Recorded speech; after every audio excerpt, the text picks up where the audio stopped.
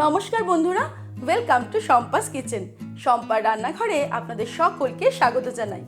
আমার রান্নাঘরে পেয়ে যাবেন 700টিরও বেশি বাঙালি, অবাঙালি, দেশি বিদেশি রান্নার সহজ রেসিপি। শুধু ইউটিউবে গিয়ে সার্চ করুন শম্পাস কিচেন, আর অবশ্যই আমার চ্যানেলটিকে সাবস্ক্রাইব করে নিন, আর বেল নোটিফিকেশনটা ক্লিক করে অল অপশনটাকে সিলেক্ট করতে ভুলবেন না। তাহলেই আমার শেয়ার করা সমস্ত নতুন রেসিপির আপডেট সবার আগে আপনার মোবাইলে পৌঁছে যাবে।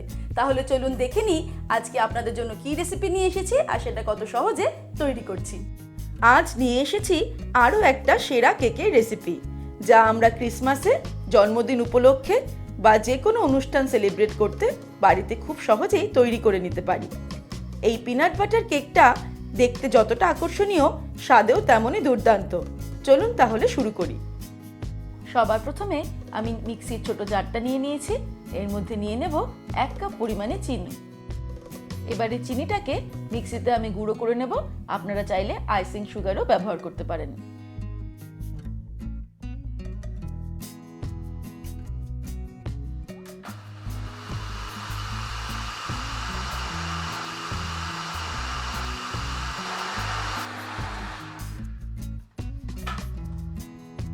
এবারে আমি 6 ইঞ্চি সাইজের একটা কেক টিন নিয়ে নিয়েছি। এর মধ্যে নিয়ে নেব একটা বাটার পেপার, যেটা আমি আগেই মাপ করে কেটে রেখেছি। এবারে বাটার পেপারের উপরে সামান্য ভেজিটেবল অয়েল বা বাটার আমি এর মধ্যে দিয়ে দেব। তারপরে ভালো করে এটাকে গ্রিস করে নেব। কেক টিনের চারিদিকেও খুব ভালো করে অয়েলটা গ্রিস করে নেব। তারপর একটা বোল নিয়ে তার উপর একটা ছাঁকনি বসিয়ে নিয়েছি। নিয়ে নেব 1 কাপ পরিমাণ ময়দা, 1/4 কাপ বা 3/4 কাপ পরিমাণে চিনির গুঁড়ো দিয়ে দিলাম।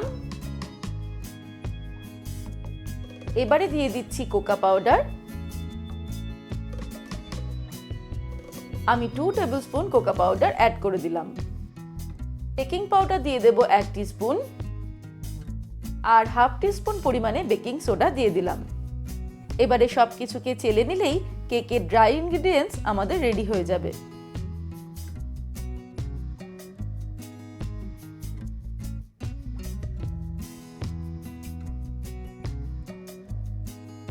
এবারে চলে যাব পরের স্টেপে। এবারে আর একটা বোল নিয়ে তার মধ্যে নিয়ে নেব 1 কাপ পরিমাণে উষ্ণ গরম দুধ। এবারে নিয়ে নেব এই কেকের মেন ইনগ্রেডিয়েন্টস পিনাট বাটার। আমি 1/3 কাপ পরিমাণে পিনাট বাটার দুধের মধ্যে অ্যাড করে দেব। তারপর একটা হুইস্কের সাহায্যে ভালো করে দুধের সঙ্গে পিনাট বাটারটা মিক্স করে দেব। পিনাট বাটার দুধের মধ্যে ভালো করে গুলে দিয়েছি। এবার এর মধ্যে দিয়ে দিচ্ছি ভ্যানিলা এসেন্স 1 টিস্পুন। ভ্যানিলা এসেন্সটাও ভালো করে মিক্স করে দেব। তারপর এর মধ্যে অ্যাড করব কেকের ড্রাই ইনগ্রিডিয়েন্টস। সম্পূর্ণ মিশ্রণটা একেবারে না অ্যাড করে 2-3 বারে অ্যাড করতে হবে।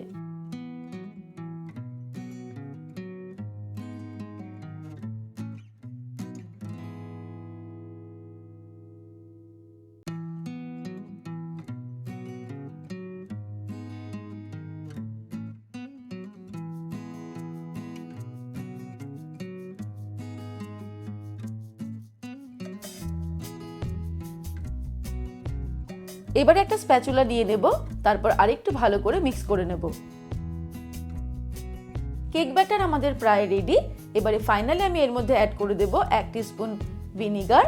তারপরে সঙ্গে সঙ্গেই মিক্স করে এটাকে কেক টিনের মধ্যে ঢেলে নিতে হবে।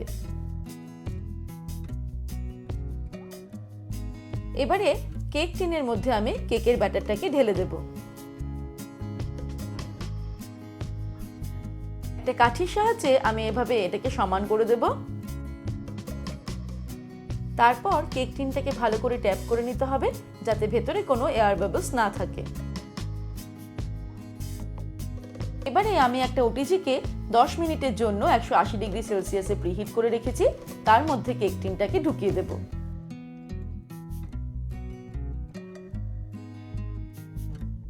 তারপর এটাকে বেক করব 40 মিনিটসের জন্য 180 ডিগ্রি সেলসিয়াসে।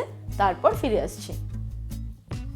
আর এই কেকটাই যদি আমরা প্রেসার কুকার বা কড়াইতে তৈরি করতে চাই, তাহলে প্রেসার কুকার বা কড়াইটাকে 10 মিনিটের জন্য হাই ফ্লেমে প্রিহিট করে নিতে হবে ঢাকা দিয়ে, আর একটা র‍্যাক বসিয়ে তারপর প্রিহিট করা হয়ে গেলে এর মধ্যে কেক টিনটা ঢুকিয়ে দিয়ে এটাকেও 40 মিনিটস মতো বেক করতে হবে লো ফ্লেমে ঢাকনা দিয়ে।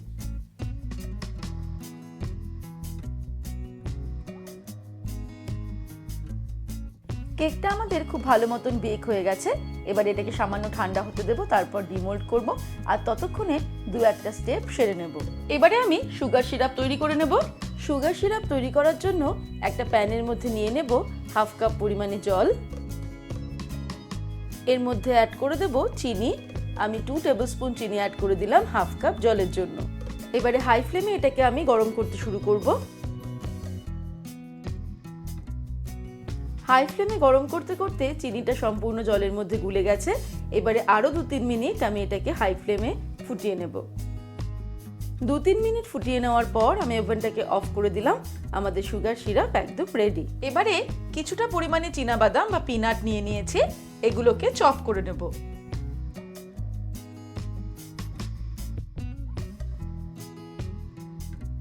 এবারে আমি একটা বোল নিয়ে নিয়েছি, এর মধ্যে নিয়ে নেব 1 কাপ পরিমাণে চিলড হুইপ ক্রিম।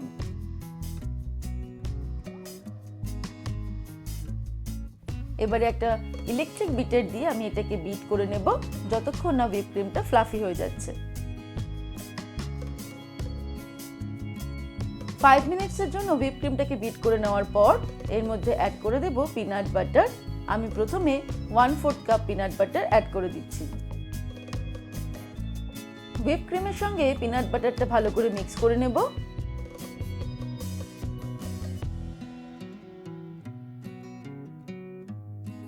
ভালো করে মিশিয়ে নিলাম।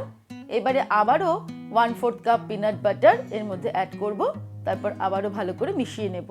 আমি মোট 1/2 কাপ পরিমাণে পিনাট বাটার এখানে ইউজ করলাম হুইপ ক্রিমে।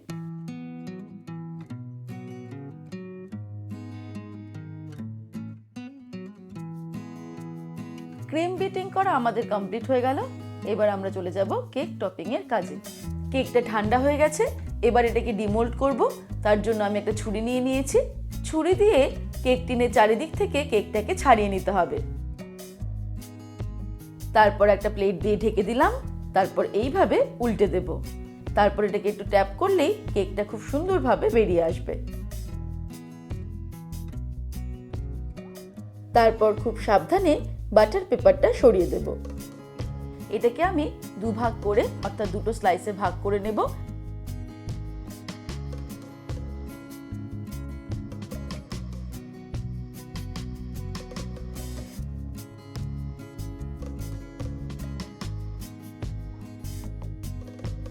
এবারে নিয়ে নিয়েছি একটা কেক বোর্ড, তার মাঝখানে কিছুটা পরিমাণে এই হুইপ ক্রিম লাগিয়ে দেব যাতে কেকটাকে সেট করা যায়। তারপরে কেকের একটা স্লাইস আমি ঠিক মাঝখানে সেট করে দেব। কেকটাকে ময়েস্ট রাখার জন্য এর উপর দিয়ে স্প্রেড করে দেব তৈরি করে রাখা সুগার সিরাপ। তারপরে বেশ কিছুটা পরিমাণে হুইপ ক্রিম নিয়ে কেকের উপরে স্প্রেড করে দেব।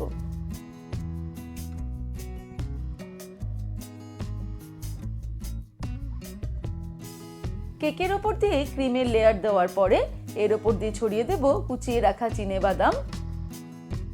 কেক খাওয়ার সময় এই বাদাম মুখে পড়লে খুবই ভালো লাগবে।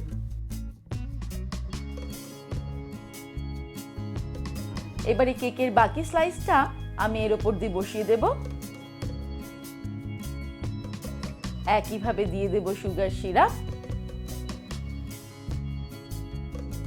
তারপর আবারও বেশ কিছুটা হুইপ ক্রিম নিয়ে কেকের সব দিকটা পুরো একেবারে ঢেকে দেব। কেকটাকে পুরো কভার করার পর আমি এবার এটাকে সেট হওয়ার জন্য ফ্রিজে রেখে দেব 1 ঘন্টা। তারপর ফিরে আসছি।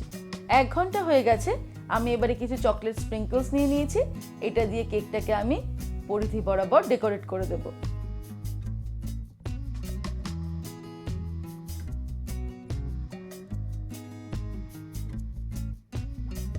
কেকের পরিধি বরাবর আমি চকলেট স্প্রিঙ্কেল দিয়ে একটা রিং তৈরি করে নিয়েছি। এবার মাঝের অংশটা আমি চীনাবাদাম কুচি দিয়ে ফিল করে দেব।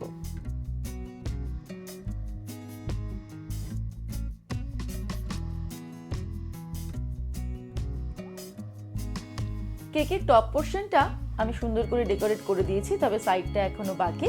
এর জন্য আমি নিয়ে নিয়েছি চকলেট সস। ঠিক এইভাবে আমি কেকের সাইড পোর্শনটা ডেকোরেট করে নিচ্ছি। আপনারা চাইলে যে কোনো ক্যাডবেরি বা চকো চিপস মেল্ট করেও এই কাজটা করতে পারেন।